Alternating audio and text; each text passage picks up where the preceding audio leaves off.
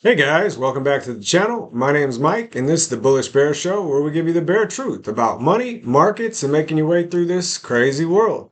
So look, today I want to talk about why people buy the dip too early, okay?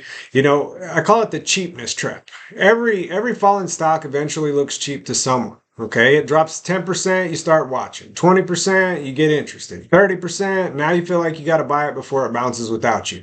But lower doesn't automatically mean safer. You still don't know where the decline stops, whether buyers will defend the stock, or how much risk remains, okay? A dip only tells you that the price moved lower. So in this video, I'm going to show you what you need to see before the dip becomes an actual entry. Okay, so let's talk about a dip versus an actual entry. A dip describes the price. An entry, well, it describes the decision made, okay? The stock can fall for any reason. It can be overextended, market weakness, company outlook changed, or investors just simply took profits. Those situations all require different responses, though. And for me, a legitimate entry needs four different pieces, okay? A meaningful level, a useful reaction, a clear understanding of the risk, and then a position size that fits my uncertainty.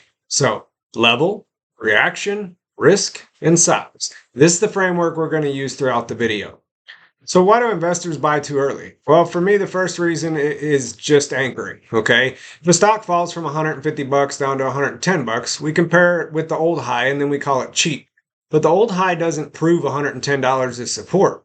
The second reason is just fear of missing the bounce in general. We assume that waiting for evidence means missing the move, so then we buy before the stock has proven anything.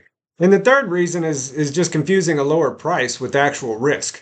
A better valuation can improve the long-term opportunity, but a stock can also get cheaper, while the business outlook, chart structure, and broader market environment kind of gets worse, all right? And this is how investors end up buying based on how far the stock has fallen instead of actually what's happening.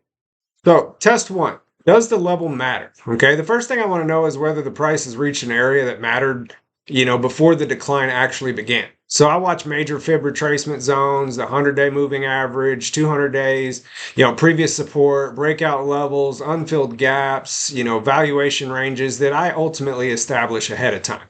The strongest areas usually have some form of confluence. For example, a major Fibonacci zone may sit near the 200-day EMA and a previous breakout level. This gives me more reason to pay attention than just one indicator by itself. But simply being down 20% is not support. The level should come from the chart, the valuation, or the thesis, not from my desire to buy the stock. Test two is, are buyers responding? So I watch what the price does when it reaches that area. The stock may break right through it. It may slow down and stabilize, or it may, react, reclaim structure, and then show that buyers are defending that particular level. Those are three different messages, and I don't always require perfect confirmation before starting a position, but the amount of money I commit should match the amount of evidence that I have, okay? And a first touch may deserve patience or a small starter. A strong hold or reclaim may justify more of my money. Touching support and holding support, those aren't the same thing. The third test is risk, okay? Where am I going? So before entering, I want to know what would force me to reconsider the decision. It doesn't always mean placing a tight stop directly below my entry. I own long-term positions and I expect normal volatility, but I still need an invalidation point, okay? Maybe an important level fails and can't be reclaimed. Maybe the earnings outlook changes. Maybe, my original thesis weakens, or maybe the position just becomes too large for the portfolio. If I can't explain what would change my mind, I don't really have a risk plan. I just have hope. The final test position for me is size. Not every, setup deserves a full position. Sometimes the right action is just to sit and watch. Sometimes it's one share or a few small starter position. Maybe more evidence or a better price may earn some additional capital.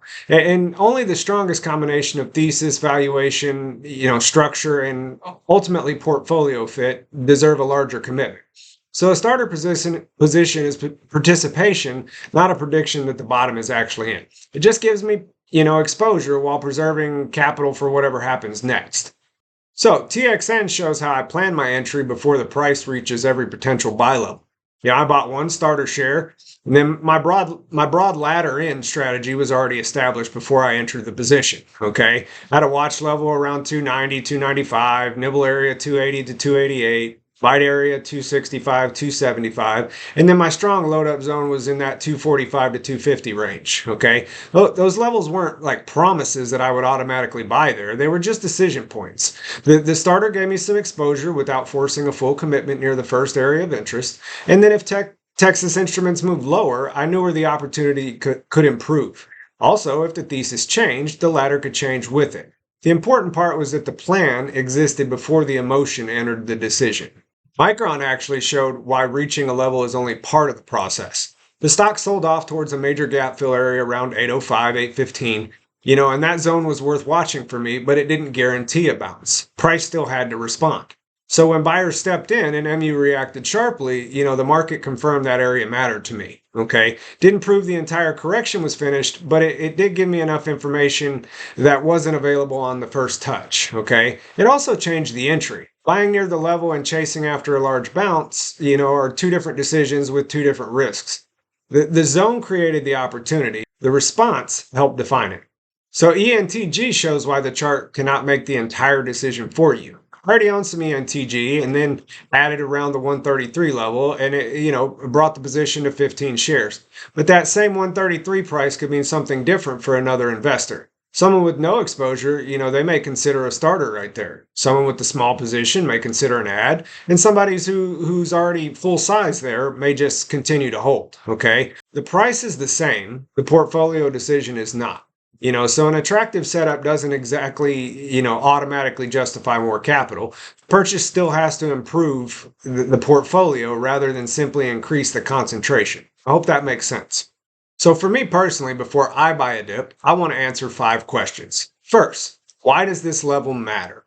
Okay. Second, what is the price doing when it gets to that level?